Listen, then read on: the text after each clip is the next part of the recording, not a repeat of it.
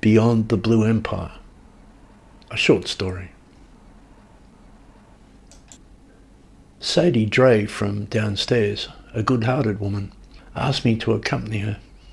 Our landlady, Mrs. Fotheringham, 87, after a turn and a fall down the back steps, had deteriorated rapidly overnight, and the medicos feared it would be her final day. Sadie had been a boarder at Mrs. Fotheringham's for over 8 years. I'd been there for 3. She was austere and stoic and humorless and cranky as a landlady, Mrs. Fotheringham, but a delicate relic even despite it, and most of us were fond of her. As Sadie said, there's no one else. She didn't want the old lady to die alone. I thought there were children, I said. There had once been someone else.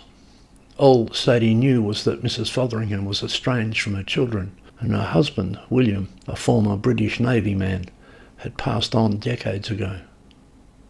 I knew that much.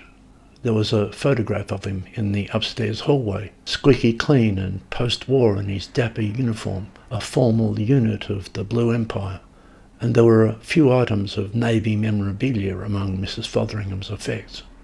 I asked her about the man in the photograph when I was new there, and she had just said, quite directly, "That's my late husband William," and she referred to herself as a widow and never spoke of the past.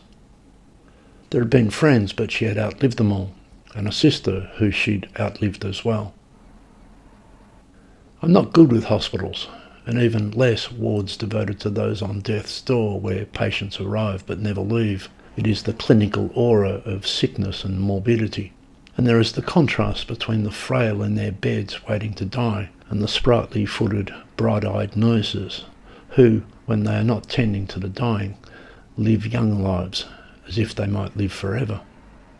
I wander around in the formalin-scented halls of palliative care and tell Sadie I'm going to the cafeteria and ask her if she'd like a tea or coffee.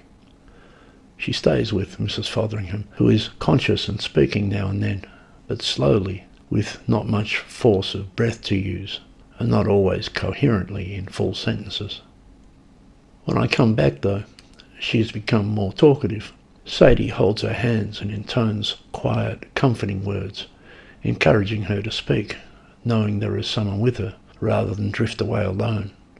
I arrived back just as Mrs. Fotheringham, her eyes closed, it seemed to pain her to open her eyes, said the words, "I left Tommy." "Tommy?" said Sadie. "Who's Tommy?" Mrs. Fotheringham left it unanswered. Behind her closed eyes, she was watching a tableau of memories. "Not much at the cafeteria," I said. The quality of hospital food had not improved over the years. Sadie was patient and persisted. Mrs. Fotheringham did seem to appreciate the company, and at one point did acknowledge Sadie.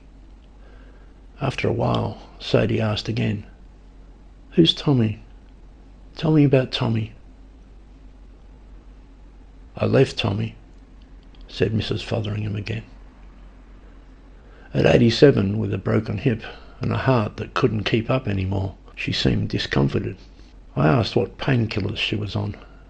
Sadie thought there were liberal doses of pethidine.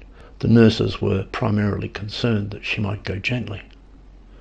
And it was amidst rolling waves of pethidine and breathlessness and hesitation and long intervals watching the memories replaying on the backs of her eyelids that Mrs. Fotheringham, with no grip in her hands anymore, explained in broken pieces who Tommy was.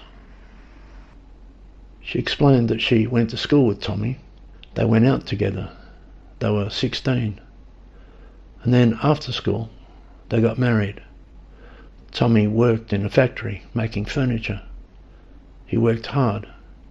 He was good with his hands. And they saved money and they bought a house. And they had 2 children, Nicholas and Annette. Nicholas the eldest. Mrs. Fotheringham stopped when she spoke of Nicholas. She just said his name. Nicholas. "Yes, Nicholas," Sadie affirmed. Nicholas. That's your son, yes? I left Tommy, Mrs. Fotheringham said again. One day she met a sailor. He had a clean, round British accent, a neat part in his hair, crisp white trousers, and he'd seen 6 of the 7 seas. William, said Zadie. One day Mrs. Fotheringham left Tommy and Nicholas and Annette, and she and her British sailor ran away. In those days it was a scandal, and divorce was settled in court. Proceedings were reported in newspapers. The guilty party was shamed. Things were different in those days, and scorn for the woman especially was deep. She restored some status when at length her and William married, and as Mrs. Fotheringham understood herself, she had lived her life with that villainy as her unspoken name. They travelled, her and William, on ocean liners, once to New Zealand, once to Suva, once to Hong Kong. She had memories of Hong Kong. She was surprised at how many of the Chinese spoke English. Her and William had had no trouble there. Whatever she said, Sadie tried to soothe her. You like Hong Kong, she said. Tell me about Hong Kong. But by then the effort of talking was exhausting, and it was very likely Mrs. Fotheringham would fall asleep. I knew from looking at her and how her eyelids were slowing down that in one such lapse into sleep she wouldn't return. Sadie tried again though, holding her hands. You and William went to Hong Kong, she prompted. In a minute, Mrs. Fotheringham took a big breath through her nose, and very briefly she opened her eyes. It would be the last time she ever opened her eyes. I loved his uniform, she said.